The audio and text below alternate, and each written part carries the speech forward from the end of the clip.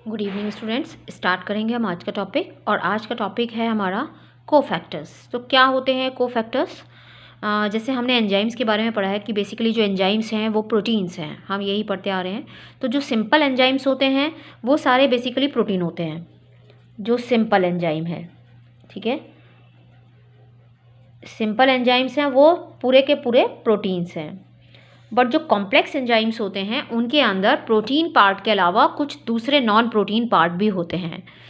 जो simple enzyme हैं वो प्रोटीन्स हैं, बट जो कॉम्प्लेक्स एंजाइम्स हैं उनके अंदर प्रोटीन का पार्ट होता है और उसके साथ कुछ चीज़ें और अटैच्ड होती हैं जिनको हम कोफैक्टर्स बोलते हैं। So enzymes are composed of one or several polypeptide chains, but many enzymes exhibit the catalytic activity only in association with certain non-protein part. Enzymes protein कुछ तो मेनली प्रोटीन पार्ट है, but उसके साथ इनकी activity तब start होती है जब उसके साथ नॉन प्रोटीन पार्ट ऐड होता है। तो वो नॉन प्रोटीन पार्ट को हम बोलते हैं कोफैक्टर। ठीक है, अब वो कोफैक्टर कितने तरह के हैं, क्या क्या चीज़ें हैं? देखो, जो कॉम्प्लेक्स एंजाइम है उसको हम हॉलो एंजाइम भी बोलते हैं, और ये एक्टिव तब होता है जब प्रोटीन के साथ ये दूसरे नॉन प्रोटीन पार्ट अटैच्ड होते हैं। तो पूरे के पूरे एंजाइम यानी कॉम्प्लेक्स एंजाइम को हम बोल रहे हैं हॉलो एंजाइम।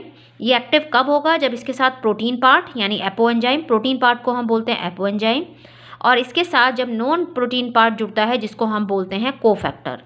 जब ये कोफैक्टर इसके साथ जुड़ेगा तभी ये कॉम्प्लेक्स एंजाइम एक्टिव होगा और अपना काम करना स्टार्ट करेगा। तो अब ये जो कोफैक्टर्स हैं यानी जो नॉन प्रोटीन पार्ट है कॉम्प्लेक्स एंजाइम का, वो क्या क्या है उसको हम 3 कैटेगरीज में डिवाइड करते हैं। फर्स्ट कैटेगरी है प्रोस्थेटिक ग्रुप। तो प्रोस्थेटिक ग्रुप क्या है? ऑर्गेनिक कंपाउंड हैं जो एंजाइम के साथ टाइटली बाउंड होते हैं। मान लो ये एंजाइम का पार्ट है एक, ठीक है, ये एंजाइम है। अब यहाँ पर ये प्रोस्थेटिक ग्रुप है। ये प्रोस्थेटिक ग्रुप जब यहाँ पे जाके, ये इसकी एक्टिव साइट है, यहाँ पर जाकर जब ये अटैच्ड हो जाएगा, टाइटली बाउंड हो जाएगा, तो तभी जाकर ये एक्टिव होगा। वो एंजाइम जिसके अंदर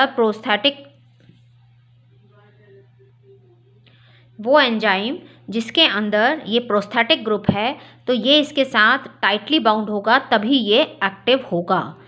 ठीक है, सो ऑर्गेनिक कंपाउंड है, टाइटली बाउंड हैं, ये एंजाइम है, ये प्रोस्थेटिक ग्रुप है, ये यानी नॉन प्रोटीन पार्ट है। जब इसके साथ जुड़ेगा, टाइटली बाउंड होगा, तभी ये एक्टिव होगा। जैसे हीम का एग्जांपल आपको ध्यान रखना है। Heme is the prosthetic group in peroxidase and catalase enzyme. जो हीम है वो प्रोस्थेटिक ग्रुप है पेरोक्सीडेज एंड कैटालेज एंजाइम में। पेरोक्सीडेज कौन सा एंजाइम है? जो पेरोक्साइड को, हाइड्रोजन पेरोक्साइड को वाटर और ऑक्सीजन में कन्वर्ट कराता है। तो वहाँ पर हीम जो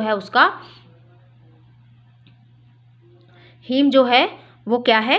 haem is a part of the active site of the enzyme. ये एक्टिव साइट है, यहाँ इसका पार्ट है। जब ये इसमें जुड़ेगा, मान लो हीम हम बात करें पेरोक्सीडेज की, तो पेरोक्सीडेज का मान लो ये पेरोक्सीडेज है, तो पेरोक्सीडेज में ये हीम है। ये हीम जब पेरोक्सीडेज के इस एक्टिव साइट पर जुड़ेगा जाके, तभी ये एंजाइम वर्किंग कंडीशन में आएगा, तभी ये एक्टिव होगा।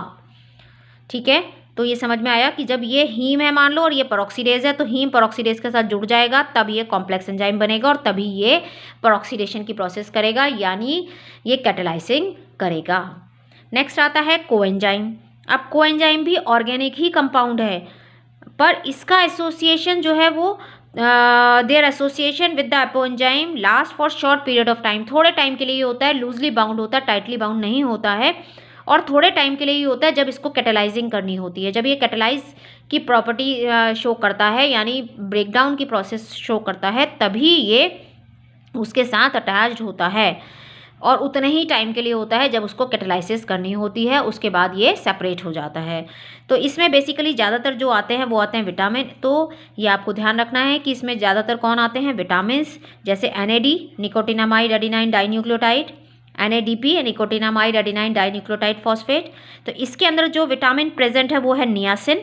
NAD के अंदर जो विटामिन प्रेजेंट है वो है niacin. FAD flavin adenine dinucleotide, इसके अंदर जो विटामिन प्रेजेंट है उसका नाम है राइबोफ्लेविन। तो इसके अंदर कौन आते हैं ज़्यादातर? विटामिन। ये ध्यान रखना है, ये भी ऑर्गेनिक कंपाउंड है, बट ये लूजली अटैच्ड है और ये टाइटली अटैच्ड है। ये तभी जुड़ता है जब इसको प्रोसेस स्टार्ट करनी होती है, रिएक्शन स्टार्ट करनी होती है।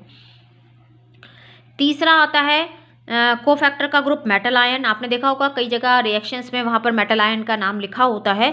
तो ये मेटल आयन ये क्यों ज़रूरत होती है? Enzyme requires metal ion for their activity, अपने आप को एक्टिविटी मोड में लाने के लिए इनको कुछ आयंस की ज़रूरत होती है, जिनको कौन कौन से, जैसे आपको एग्जांपल ध्यान रखना है, जिंक। जिंक किसके अंदर प्रेजेंट है? कार्बोक्सी पेप्टिडेज के अंदर। जो कार्बोक्सी पेप्टिडेज एंजाइम है वो जब जिंक प्रेजेंट होगा तभी अपनी एक्टिविटी शो करेगा, तभी अपनी कैटालाइजिंग की प्रॉपर्टी शो करेगा।